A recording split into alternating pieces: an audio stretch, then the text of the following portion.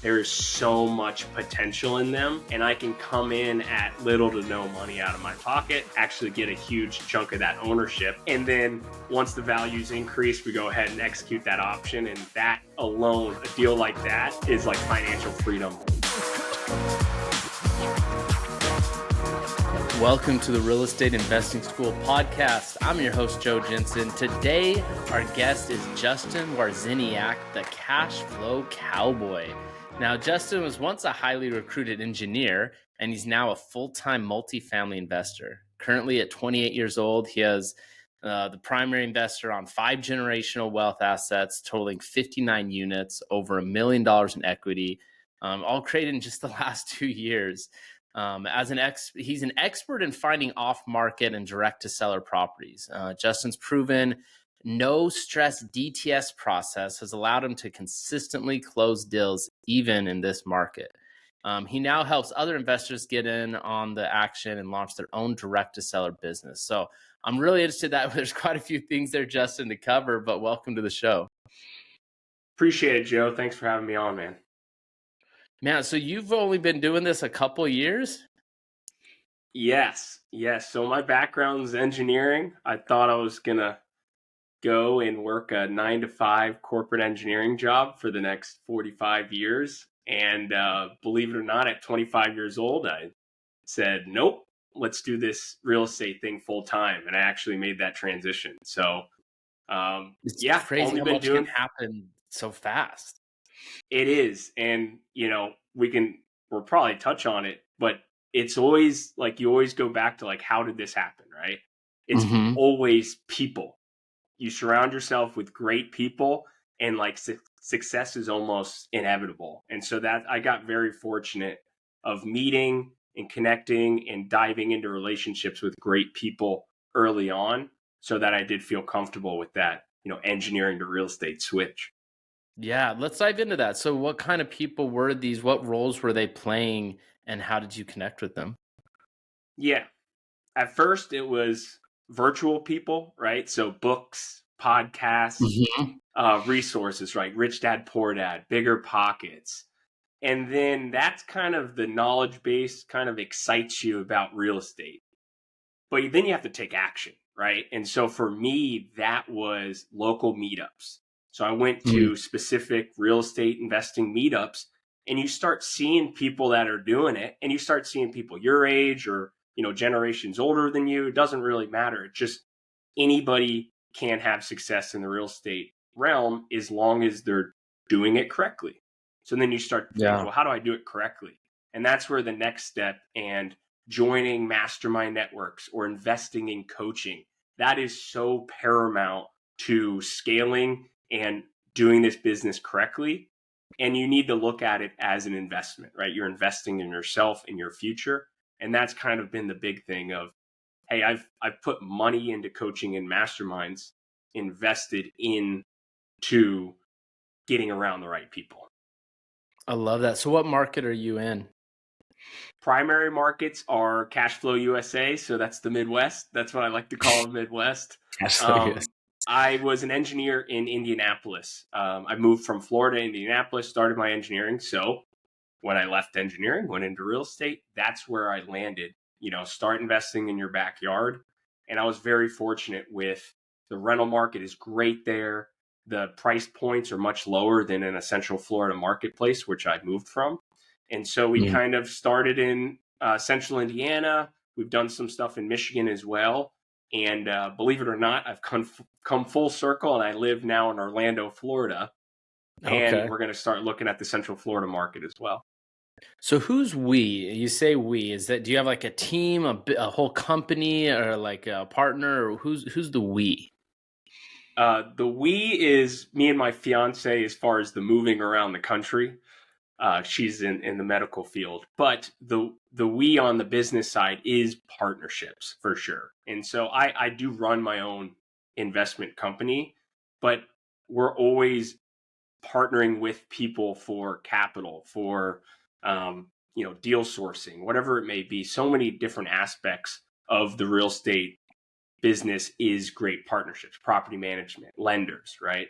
So the we is kind of accumulation of just some key people partners that we've worked with on almost every single deal. So you're in the multifamily space. So what, like a lot of people right now are saying like, oh, I mean, you're named the Cashflow Cowboy, right? It's catchy. I like it. We all love cash flow, right? You know, it's cash flow is Yes. freedom. But a lot of people right now are saying like, well, that was like a thing of the past. Like you can't do BRRRRs anymore. You can't just find cash flow. Like everything with, you know, interest rates and things nowadays, it's like, how do you actually continue to cash flow and build that dream that so many people are excited about? That's a huge issue, Joe. Like let's be honest. The real estate Yeah. market is not what it was a year, 2 years ago, right? Mm-hmm. So you think of cash flow. Well, what kind of plays into that is your insurance payment and your mortgage payment. And guess what? Those have both skyrocketed over the last year, year and a half. Yeah. So really your only option to kind of capitalize on cash flow in my mind is you need to have relationships with owners and convince them to sell at a discount. That's really the only way it's going to work out, because you can't just throw offers at people that would have worked in 2021 with a 3-4% interest rate and expect it to work now with 7+% interest rate. So that's Yeah. why we saw in the marketplace across all markets, this wasn't just my market or your market, Joe, it was across the US. We saw this massive plummet in single family homes, like sales volume, and then also even on the commercial side, right? I do multifamily. So we saw it plummet. So that is bad if you're trying to buy properties. So what's the solution? For us, it's been off market deals, going directly to those sellers and building a relationship where we can kind of show them that, hey, our buying power has been hit hard with the marketplace, but we still want to do a transaction. Are you okay with 10-20% less than what you could have got in 2021? And if you time it right, you have a good relationship, we've been able to actually get deals done. Yeah, so let's talk about that then. So you're talking about getting off-market deals, getting like bigger discounts, going directly to the seller. Your DTS, direct to seller. You have your no stress DTS process. So what is that process, and how can we all apply that? Yeah. You got to break down DTS into kind of like 3 quadrants. It's like driving a car. So you have the car itself, which is you need to be using some sort of technology, CRM type system that is helping you track all your leads, so track owners, right? Hmm. And setting some automations to help with follow up, right? That's like your car. That's the bulk of what we're doing. And you need some technology to help you out there. Now, what else goes into driving a car? Well, you need fuel for your car, and that's going to be combing through and filtering a good like list of properties. Like, this is what I want to go after. I want to try to buy single family homes in Central Florida. Here's a list of 3,000 that are in distress somehow, right? And then the last thing is like you need to drive your car, and that's kind of where the system and you as the driver is what's going to set you apart from everybody else in the marketplace. And that is, you as a driver, how well can you build relationships with owners and follow up with them consistently, Mm, so that they want and they trust you enough to sell a property to you without, going yeah. through a broker or something like that. And that is kind of that trust level is difficult to achieve. And that's why it kind of, you need that whole system, everything working together to try to get to that point with owners.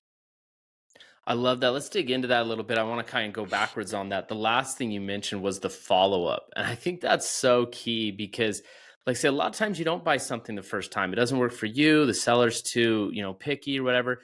But man, if that's still available in 6 months from now, in a year from now, they've probably got a lot more pain after trying to move it for a year than they did a year ago. And so if you've contacted them every month throughout that year and that you're like the guy on top of their mind, it's going to give you an upper hand, as opposed to some random person that comes along. It's funny because literally while we were on this call, we had like a cutout on the internet. And so you were trying to fix your internet. And I was on my phone and I got this message from a property in Maui I'd reached out to like 8 months ago. And he was like anxious and he was saying, okay, well, it didn't work out and it didn't sell. And he's like, well, I'm going to find somebody else. And then he still hasn't found anybody. So now we're in conversations again. And, I just texted him like 2 days ago, I think, and he finally got back to me. So I was doing that little follow up, and he's a lot more open this conversation than he was 8 months ago when he thought he could just do whatever he wanted and sell it for anything. So anyway, yeah, the follow ups on fresh on my mind, literally of this moment. Yeah. And I love that you mentioned that because I've seen that be really powerful. The money is in that follow up. Like consistency is the main factor that's going to set you apart. And because if you're just like, if you think about it, if you call this guy from Maui, this is a great example, right? You reach out to him once. If you think that first reach out, he's going to maybe you catch him at the right time where he needs to sell right then, but really that's you starting the relationship with them. And then you set your follow up for a couple months later, shoot him a text or maybe hit him with a quick phone call. And you're just building the relationship. You're just there when he's ready, when the pain, right, you mentioned, has built up enough where it's time to sell. And it's not that difficult, honestly, especially if you're using technology. If you have something that just tells you, hey, today I need to follow up with these 5 owners. Okay, let me make 5 quick phone calls the first hour of my day, and then kind of leave some notes when I talk to them and then move on. Then I can go do, run my properties and everything else. So yeah, you're right. The pain will build up over time. And most of our deals have actually been just how you're experiencing with the Maui deal, where it's months, almost years of relationship building. Then we get this massive 30% discount on an apartment building that's going to make us $500K, off the bat equity. It's like, okay, well, that was worth the wait. Yeah, especially if you keep it up, then you just have this pipeline filled. It's not like you're waiting a year between every deal. You got a lot of these going, and now they're coming out. You get one this month, get 1 month from now, and 2 months from now. You've got more of a constant deal flow. So let's talk about your deal flow though, because you're not running some big expensive company with 20 employees and you're spending $20,000 a month in marketing campaigns, but you still said that you have a CRM and you have deal flow. What CRM are you personally using, and how are you getting your deal flow through that? We have moved our whole business and all of our clients over to Zoho platform, right? And so for anyone who's not familiar with Zoho, it's like a top three global sales platform for many, many industries, right? We love it because it has a bajillion integrations, and we've been able to run our direct to seller business as well as investor relations or broker relations, and keeping track of all of our real estate professionals, right? Lenders that we work with, insurance brokers that we work with, everything, one platform. The amount of kind of stress that I always was carrying with me about having to have all these different technologies that didn't really integrate well together. Just that simple move has saved me so much time, stress, efficiencies. It's been fantastic. And we absolutely love the Zoho system. That's awesome. Yeah, I think having the right software to streamline things can help out so much, just makes life a lot easier. So you pump all your leads in this, and how are you finding your leads? Are you buying them, or do you have a big marketing budget? How are you finding leads to even put through the system? Joe, with the $1 million question, where do you get your leads from? Man, this is right. This is like the barrier to entry into direct to seller is exactly what you just mentioned. Where are you getting your leads from? Because quite frankly, there's many softwares out there that you can go to, like ListSource, CoStar, the MLS, right? You can look at expired listings on the MLS and it's like, well, they probably want to sell if you call them again, right? So there's so many different avenues that you can go for your list of properties. And we've tried to kind of showcase some that we've used, but in reality, you got to just choose one, get a list, and then the next step is skip trace it, right? And then you got to get contact information for these owners. And I know we're getting in the nitty gritty details here, but No, like good. if you can pull your list from one of the sources we just mentioned, you can get it skip traced, which there's a bunch of different providers. You can go on Fiverr.com and search skip tracing services, and there's a bajillion people that can do it for you, right? Now you have a list with contact information. That's like that alone, you've already surpassed like 90% of everybody else trying to do this because they get stuck there. Now, well, you still haven't even contacted anyone. Now it's time to start picking up the phone, sending the text messages, sending the emails, and start marketing to these owners and being consistent with that follow-up. So it's, you mentioned the list. I'm glad you did, because it is actually a difficult portion of this whole business. Yeah. So, and I think a lot of people are intimidated by it because like, oh, I've never done that. I've never, found a list, these different websites or done skip tracing. Like, and after you've actually been through the process, Justin, would you say it's like, is it pretty intensive and complicated, or is it like, it's a lot more doable than people might think? It is going to be one of those situations. Think about it as like buying your first rental property. The first time, you're like, I don't really know what I'm doing here. And that's why it helps to have somebody, somebody on your team or whatever, coach or a local meetup partner to help guide you through it, right? But once you do it once, like you probably remember, Joe, your second deal versus your first deal. That second deal was probably like, oh, we've done this before. And then once you get to deal 50, you're like, okay, this is a process now. We can start cranking this out. That's how it feels. First time, it's going to be a little, mind-boggling, a little tough. Make sure you have some people around you that can help you through that first time. Once you get it once, you'll be able to reproduce it. I love it, man. So are you spending, is this something only for people with a big marketing budget, or is this pretty affordable? No, it could be anybody, Joe Schmo. That's why we handle a lot of the difficult side with setting people up with the technology. That's fine, right? If you have a technology background, you could set it up yourself. The marketing budget we try to keep low. Really, my biggest monthly expense is actually hiring a team member, a VA, right, to handle the prospecting. So the initial outreach to owners, because that's a better use of their time, and my time is kind of spent with offer negotiation and putting together partnerships, purchase, right? So that's my biggest expense. But like from a marketing budget with the software and everything included, it's about $100 a month, maybe a little bit more than that if we're sending out a bunch of texts and a bunch of calls that month.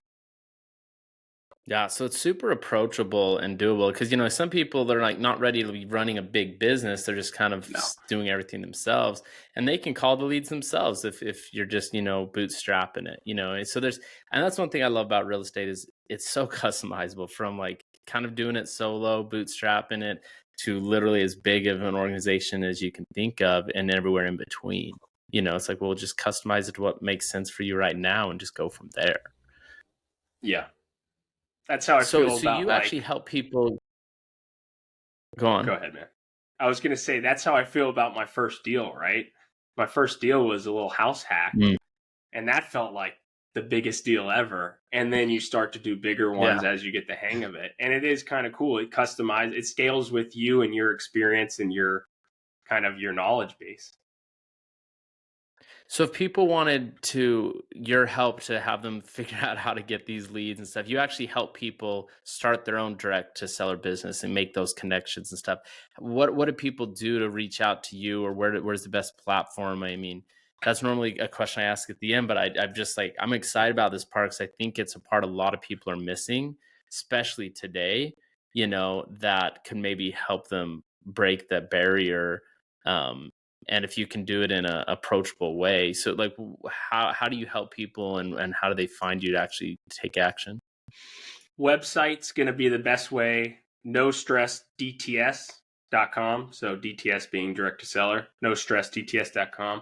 And there'll be a button, you can check out what it's about. And if you have questions, really schedule a call with me. You can schedule I will talk to you for 15 to 20 minutes about direct to seller, whether we're working together or not, because I think it is so paramount right now in the marketplace, and I want to see people succeed.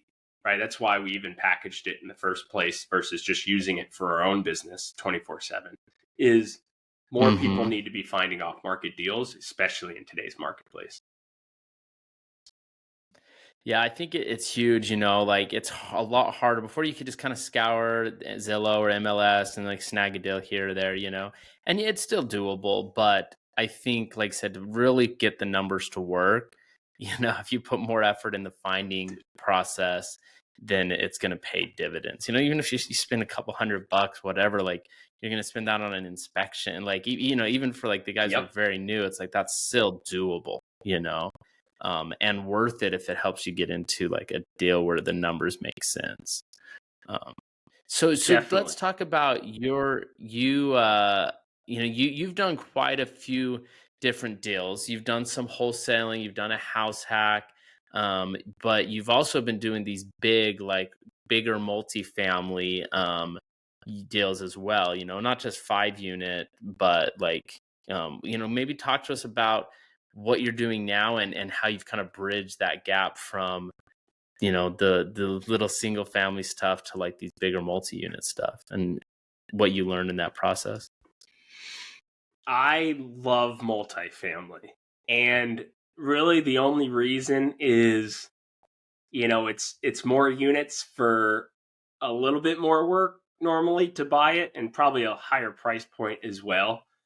But like I said, I invested in some coaching and masterminds early on, so I had the right people around me to help me through that difficult situation of kind of like getting your mind wrapped around multi-million-dollar properties and buying them. But we just did, like, if you want an example of a deal, we just closed a few weeks ago a 27-unit apartment complex in Indianapolis. And this was an off-market deal. And this is just like the other like upside of having conversations with the sellers directly is you can structure deals creatively that get it done because you have that relationship. So in this situation, we were connected to the seller through the current property manager on the property. Good friend, someone that I had met at a local meetup years ago, right? And we just stayed in touch. We've become good acquaintances over time, right? I just want to interrupt you there real quick, because guys, property managers are a secret source for deals. I've had the same experience without even trying. They're just like, oh, this person's selling something, and you're like, you just get this off market deal, and if they're the ones property managing it, they have all this inside information. They're like, oh yeah, like this has been a headache, and they don't give a crap. They're not making money off this, like, and so they'll openly tell you the good, the bad, and the ugly. And then you have a property manager lined up before you've even found the property. So anyway, have relations with property managers can be really powerful.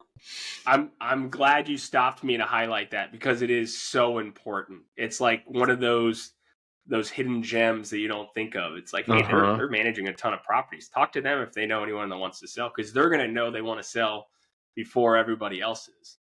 But back to that deal, 27 units. We got to the seller through the property manager, and we find out, hey, they just put new mortgage on the property in 2021 at an interest rate of 3.64%. And rates right now are don't give 7-8%.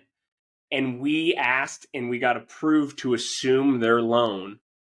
And then we essentially came up with the difference between that loan balance and what they wanted for sales price. And because that mortgage was so low, we're essentially walking into a cash flow day one property that we're going to go in and improve it, but it's fully occupied. It has super low debt. And that's kind of how we've been able to get the cash flow still to work. And it all is because relationships are in place to get creative with a deal. I love that. I want to dive into that a little bit. So, everybody's been talking about subject to lately and creative finance stuff. And, what's interesting with subject to, these are primary residence homes typically. And, you've got these strict due on sale clauses potentially. And, you don't even, you can't really assume a lot of these loans, But when you're buying multifamily, these are investment loans. And they're much easier to assume, and they're like, yeah, as long, like, tell us about the assumption process from switching from the lender or from the original owner to you. Was that a twisting the arm of the bank, or were they pretty open to it? And what kind of requirements did they have for you to qualify to assume that loan? Great question. Yeah, the sub 2 stuff is very hot in the streets. And in this situation, we went to the bank, which in this case it was a Freddie SBL loan. So a government Okay. backed loan, non-recourse, which is awesome, right? And so what we had to do was we essentially were replacing our team with the current owners, right? So we had to just the Freddie master servicer, which we don't have to dive into, essentially an entity that looked at us as new borrowers. They said, yep, they have the track record, they have liquidity, they have the net worth for this project. Okay, we approve them to essentially just replace the name on the loan and keep it going.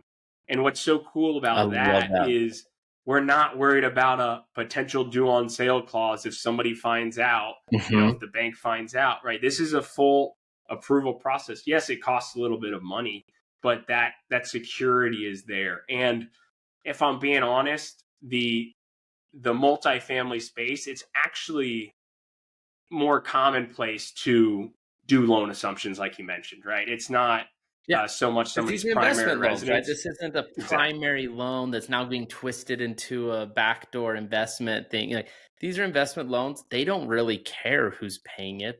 You're all using the unit for the same purpose, as a business, And so I love that, and that's one of the things about. I mean, people talk about how it's easier to get commercial loans than primary loans, and as Yep. long as you hit those qualifications, then that's super powerful. And it sounds like, so, you have partners. How hard is it to hit those qualifications? You talk about having liquidity, having some reserves, having experience. Do you guys have like an entity that you're qualifying for this under, that you're all part of, or do you just like, how do you arrange that to show the Yeah. bank that you're good to go and it's not just Justin? I had a feeling you were going to ask this because you're thinking, here's this 28-year-old with no job. How the hell is he getting approved for loans? And that, you mentioned it, partnerships. And that's kind of, if you boil it down, what value do I add to a partnership? The value I add is deal finding, right? I find a good deal. Mm. But for me to go and purchase that, I need the value of other partners. In most cases, it's liquidity, net worth of doctors, lawyers, other people in my real estate network who are looking for a good deal to invest in. And then there's that synergy, right? So when the bank reviews us, they're looking at my experience and they're saying, that's good. He knows what he's doing, right? But he might not have the liquidity and net worth because, one, he doesn't have a job, a W 2, which banks love to see W 2s. And, he's kind of young. Like, let's be honest, the younger you are, the less people will give you credibility, right? Whether that's fair or not, let's just be honest with ourselves. So then they look at, okay, who's on his team? And then as a collective partnership, which we will buy a property under one LLC, specific just to that property, right? And as members of that LLC, they say, hey, between everybody, we got enough net worth, we got enough liquidity, and then Justin's got enough experience. We feel comfortable giving them a mortgage and a loan on this property. I love that. And those are the main things that these commercial lenders are looking for. One is experience, like you said, like how much experience do you have on doing this? And then you talked about liquidity, having like cash reserves in case anything goes south. And what other main factors do they look at for qualification for these commercial loans? Yeah, usually they want to see reserves, as liquidity across the partnership, but even the property itself, especially in the multifamily realm, you're actually bringing reserves that you're just sitting in a bucket off to the side in a bank account. That is, if something bad happens, these are to be deployed for something outside of your normal operations. So we always make sure we're well capitalized in reserves because we want the bank to feel comfortable. And it's better to have extra. And then when you sell, you distribute that back, right? Versus not having extra and then having to do almost like a capital call or something, worse if something were to go bad sideways. And this is real estate. Let's not act like it's all daisies all the time. Like things go wrong and it's your job to solve those problems and try to mitigate the risk up front. But that's why we have reserves. Now, other stuff that they're looking for, I mean, really the liquidity of all the partners usually comes into play, the net worth of all of the partners. So they'll actually have you fill out personal financial statements with, how much is your car worth? What other properties do you own? What stock investments do you have? They just really need to make sure that the loan amount, if for some reason we were to default on that loan, they have the ability to come after the partnership to get, there's enough money in the partnership to come after and get paid back for the default. That's really what they're looking for. Yeah, and the cool thing is you're finding good deals too, and they want to see that too. They want to see, is this a good cash flowing asset? Like, we don't, and obviously when you're assuming it's, a little different, they already own the asset or have, lien on the asset because they're already the debt for it, which is awesome because they don't have to do any due diligence on the asset, just you. But if you're doing it from scratch, if you find a good deal, that's going to help because they're going to see, oh, this has an awesome debt service coverage ratio. It's going to cash flow well. It gives everybody wiggle room, which is super cool that, you're able to find those deals, put the pieces together, and then go qualify for these loans, even though you personally might not even qualify for a nice house. I don't know if you do. I'm just saying, like, there's times where it's like, you write everything off in taxes, you have no income, they're not going to give you a conventional loan for a primary, but you can go buy a 50 unit, because of the way you structure it. It's so funny you mentioned that. I had a buddy with over 100 million in real estate holdings, and he could not get approved to go buy a house because he didn't have a job. Exactly. Right? How insane is that? But you're right. Like the relationships with your lenders are important, and we that 27 unit deal was a loan assumption. So obviously the bank was already in place, but most of the deals we do are through local community banks, which you go meet the lender there, the banker there, you build a relationship. And why I love this is because you mentioned the low debt coverage ratios and stuff like that. If you get it at a discount, we'll go to the bank, the local bank, and I'll say, hey, I got this at a big discount. I'm planning on putting X amount in renovation in. Will you finance 75% of my acquisition and renovation budget, as long as it appraises, which it always does because we have it at such a good discount, and amortize it over 25 years at a normal interest rate that you would see, like the lowest interest rate possible in the marketplace? And they'll say, yes, of course, you have a relationship with us. That's what we do as community banks. And so really I'm bringing 25% down for the whole project, which then that's where the capital partners come in play. And most of the time you refinance with that bank, there's no prepayment penalty either. So you can turn around and improve it over the next year, 2 years, 18 months, hit that refinance through the same bank, amortize that at a long term. And it's such a beautiful way of, in the multifamily space, of building that wealth quickly. Right.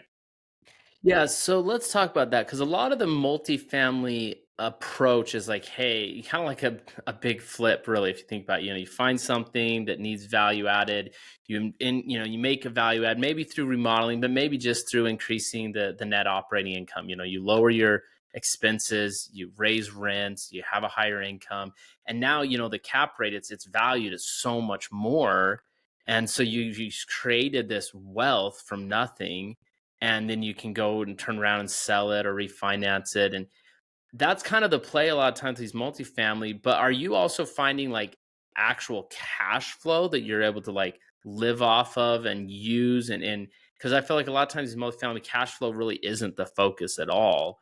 But obviously that's your name, so I get to ask that. Yeah, it helps investing in the Midwest where cash flow is like more of a thing.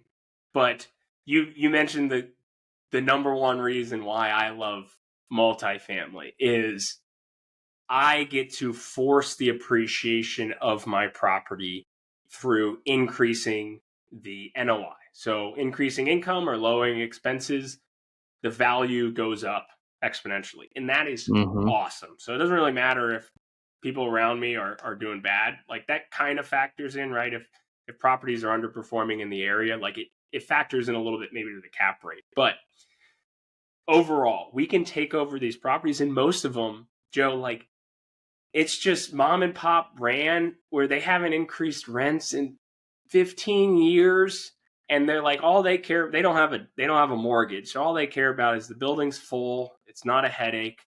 They know they're charging Mm-hmm. like half of what market rent is for the area, but they don't care. Like they're fine, they've had good tenants, they never move out.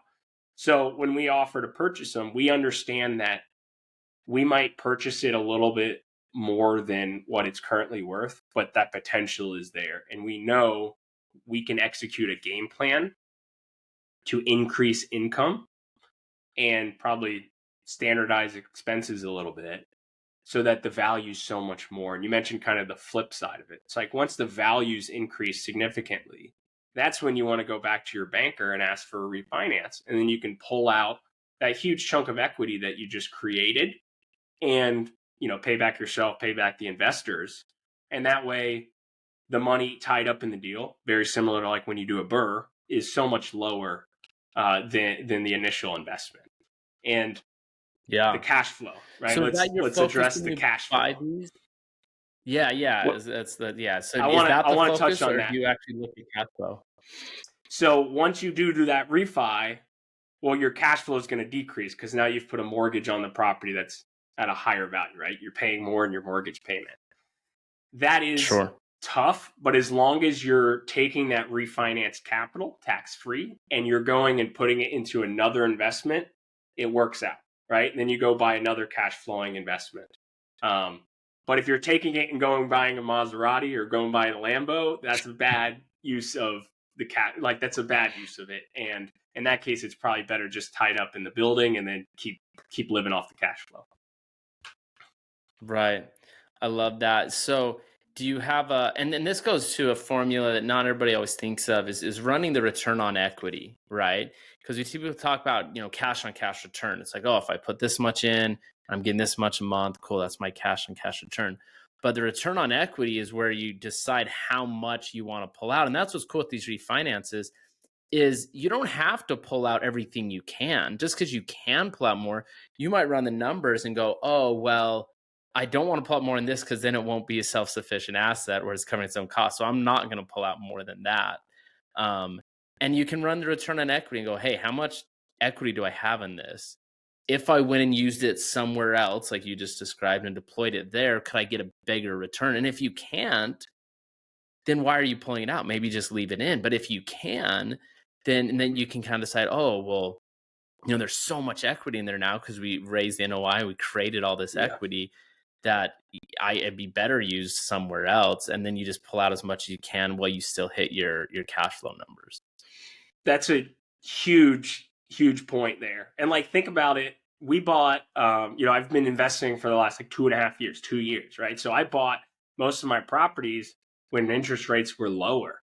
Now I've executed the business plan, right? And Yeah. why would I go refinance right now at such a high interest? It's like I have a 10 unit at 3.5% interest rate that we've doubled the value of the property by, simply, simple renovation and then just really an operational play. Well, yeah, I can go refinance at a super high value, but it's like, why would I exit such a low mortgage amount when it's cash flowing so well? So really it's the beautiful thing about how we have it set up is if you want to get kind of long-term fixed, at least 5 years of fixed interest rate. And usually we have like a 5-year fixed and then like a 10-year balloon. as long as you give yourself kind of that 5-year cushion, it's like you can actually kind of time the market for a refinance as well, so that you're maximizing, like, hey, if I'm going to take a hit to my cash flow, at least I'm going to get a high valuation and pull out a bunch of equity. And then if you think about it, most people, like if you buy multifamily and you treat it as long-term wealth, or even single family, you treat it as long-term wealth, like over time, you just keep refinancing out the equity. And then you go take that and you go buy another property with it. So you get to keep the same property. And as the rents go up, the value goes up, and you just keep refinancing every couple of years and pulling out that additional equity as your tenants pay your mortgage down too. And then you just go buy another property. And that's like a really cool way that, hey, the earlier you start, the better it works out for you, the compounding effect of doing this real estate business over time. Yeah, and obviously, it's and you mentioned this, that money's tax free. This is a loan, it's debt that you're pulling out, but you make sure that it's debt that's self-sufficient, that's covered by the assets. So when you pull it out, it's like it's okay. Like you mentioned, oh, don't go blow it on a Maserati or this, that, but you could, and you're fine because that debt is covered by the asset. Don't pull out more than it's gonna, you still want to cash flow and be covered, and that you can do whatever you want with that money. It's debt, it's tax free, and it's self-sufficient. It's probably better to go reinvest it, but whatever, live your life, Exactly. if you have a game plan to keep growing, if you whatever. But it's such a cool aspect that people don't always think about. Is like, that is a way you can literally live off of this money without having any income, which means you don't pay any taxes, which can open up a lot of doors and save you a lot of money, which is super powerful. I love it. Yeah, passive income is and freedom of time. Timing's hard sometimes. Sorry, what was that? I said the passive income route of real estate is so powerful because it allows you the freedom of time, which is super, super important.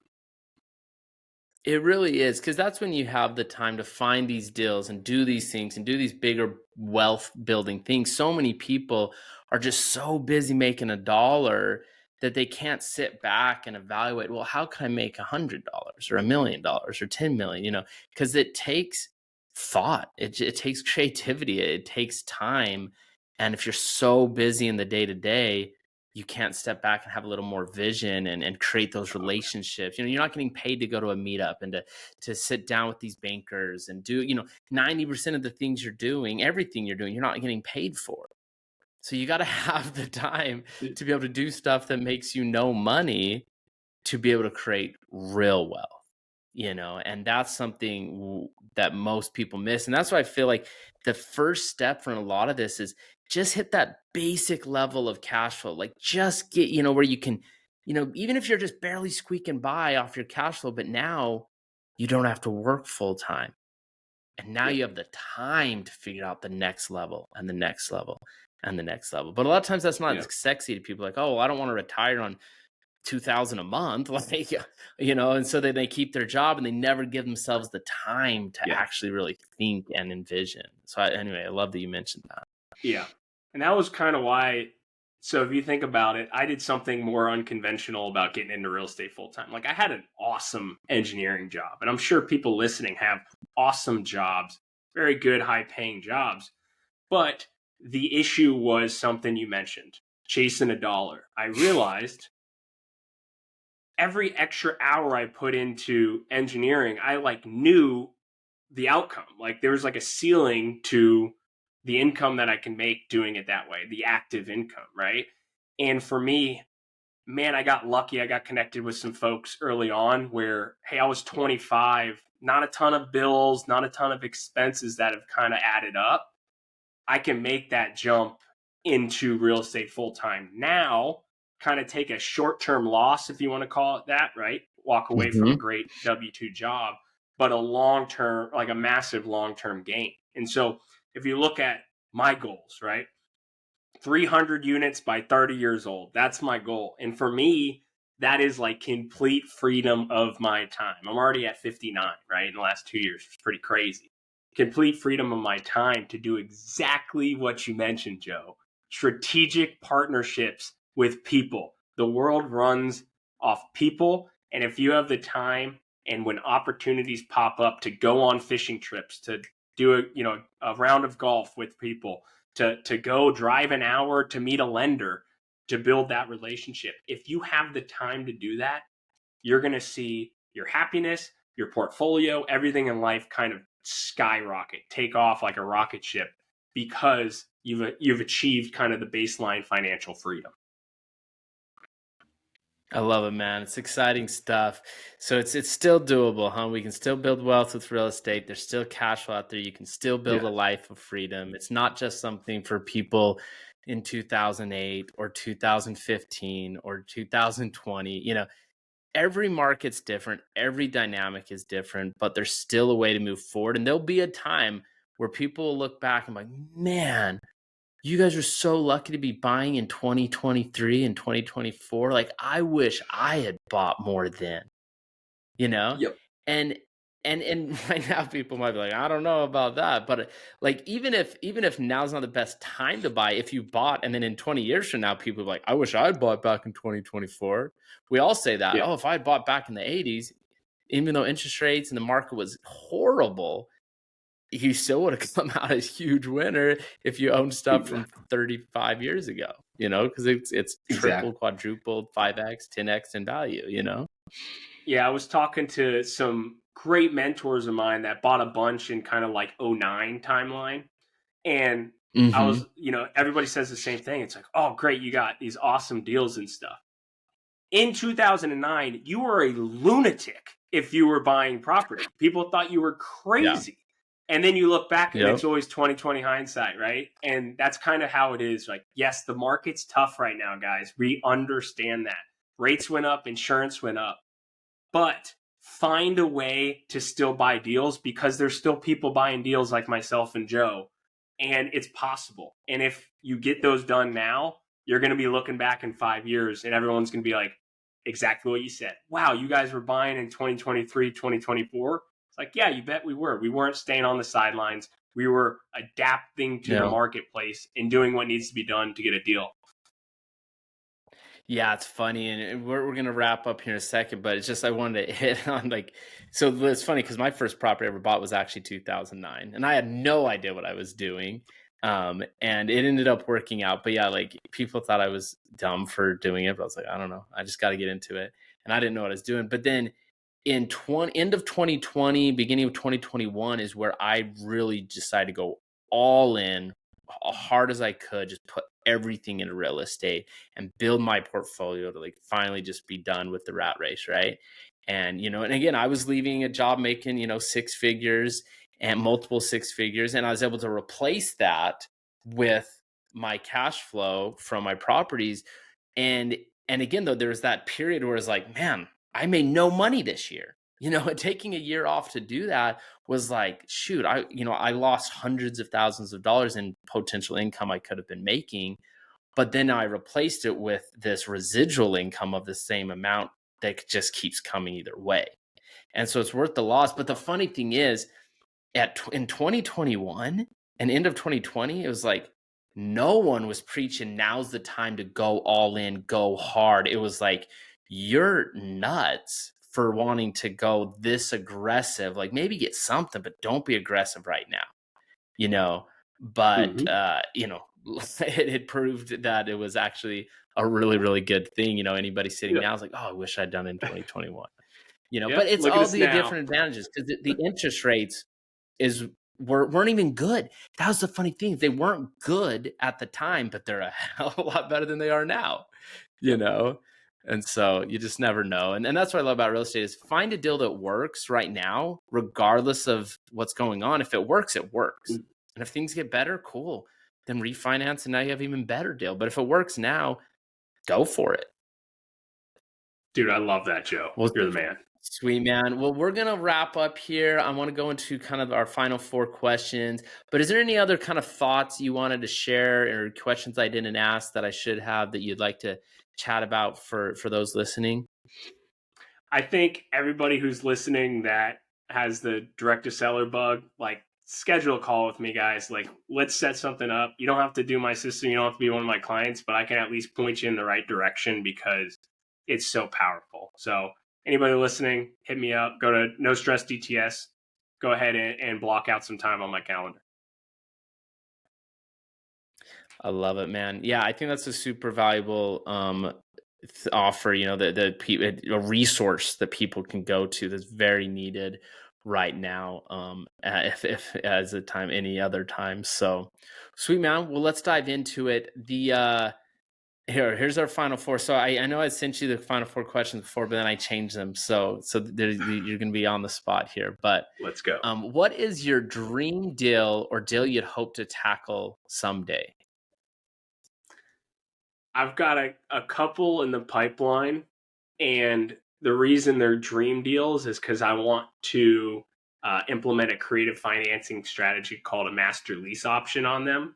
So sign a master lease with them, take over full control, and then I have the option to purchase it from them in 2 years. And the reason I really, really want to do these on these specific properties is there is so much potential in them, and I can come in at little to no money out of my pocket, actually get a huge chunk of that ownership, not have to rely on capital partners. And then once the values increase, we go ahead and execute that option. And that alone, a deal like that is like financial freedom, one deal. Oh, that's awesome. We could do a whole podcast just on that, but we won't right now. Maybe next time. All right. Question number 2. What's been one of the most pivotal books you've ever read? I have it behind me somewhere on the bookshelf. Who, Not How by Dan Sullivan. I absolutely love it. You read it and you realize you personally are doing way too much. You need to start delegating. You need to start automating everything in your business. Love it. Love it. All right. What's one of the most expensive or interesting mistakes you've ever made in real estate? Well, I don't know if this is going to sound great for everyone. We actually took a 6-unit property and we've converted it to short-term rentals. And originally it was looking good, but what we've seen in this particular market, and maybe it's our marketplace as a whole, is the income that we projected with data from post-COVID. Well, that's when a lot of people had excess capital to be traveling and spending on Airbnbs and short-term rentals and stuff. And we've just seen kind of a drop off on our bookings. So maybe the mistake is be careful where the data is coming from and understand what's driving data so that you can make more informed decisions. Awesome. Thanks for sharing that. All right. So question number 4, and this is an easy one. What's the purpose of life, Justin? That's an easy one, yeah. My purpose is heavy lifting here. My purpose is freedom of time. And if we want to dig into like why, quick story for you. I know we're wrapping up here. Is when I was in engineering, I moved from Florida to Indianapolis, and my dad's side of the family, including my grandma Jean, lived in Indianapolis. And you'd think moving there would mean that I would be able to spend more time with her. But the funny thing about working the 9 to 5 sometimes is it ends up consuming all of your time. And if you want to get ahead, you have to put in more time. And what I quickly realized is when I made the transition to real estate, now I did not have financial freedom of my time at that point, but I had a lot more flexibility. And the last years of my grandma's life, I literally got to spend as much time as I possibly wanted with her at her bedside, holding her hand. And that, for me, that time with Grandma Jean, I will forever cherish. And that, for me, is the purpose of life. Freedom of time to spend it with who you want and when you want. I love it, man. We'll end on that note. Thank you so much for coming on the show, dude. I look forward to a follow-up session. I'm sure you're going to do some big things. If people want to follow you and see you hit your 300 by 30, which is your goal, what's the best way for people to follow you? Cashflow Cowboy on Instagram is probably the best for following that journey. Perfect. Check it out, everybody. This is Joe Jensen signing off for the Real Estate Investing School podcast, reminding you to build relationships and go take back your freedom.